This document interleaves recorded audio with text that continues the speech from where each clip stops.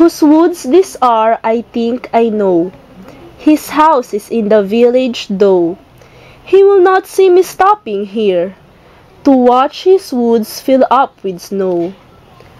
My little horse must think it queer to stop without a farmhouse near. Between the woods and frozen lake, the darkest evening of the year. He gives his harness bells a shake to ask if there is some mistake. The only other sounds the sweep of easy wind and downy flake. The woods are lovely, dark and deep, but I have promises to keep, and miles to go before I sleep, and miles to go before I sleep.